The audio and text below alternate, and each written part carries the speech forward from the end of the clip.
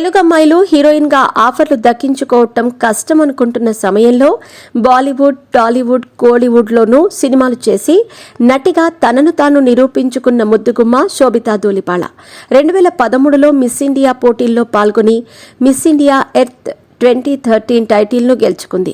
ఆ తర్వాత సినిమాల్లో నటిస్తూ ఫుల్ బిజీగా మారింది. రామన్ రాఘవ్ 2.0 సైకో రామంతో తన అరంగేట్రం చేసింది.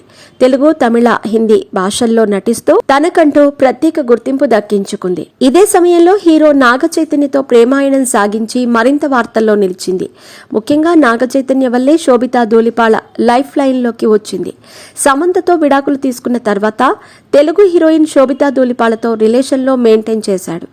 ఈ క్రమంలోనే నాగ చైతన్య, శోభితా ధూళిపాళ సైలెంట్ గా నిశ్చితార్థం కూడా చేసుకున్నారు.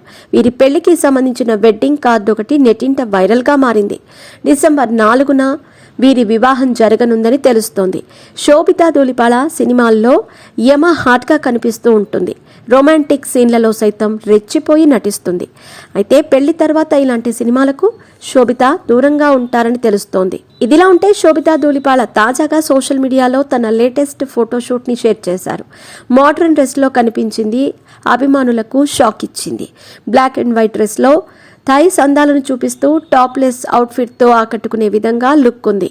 ప్యాంట్ ధరించకుండా థైస్ షో చేస్తూ మత్తెక్కించే చూపులతో కనిపించింది. పెళ్లికి ముందు హాట్ ట్రీట్ అదిరింది. ప్రస్తుతం శోభితా ధూళిపాళ షేర్ చేసిన ఫోటోలు నెట్టింట వైరల్గా మారాయి.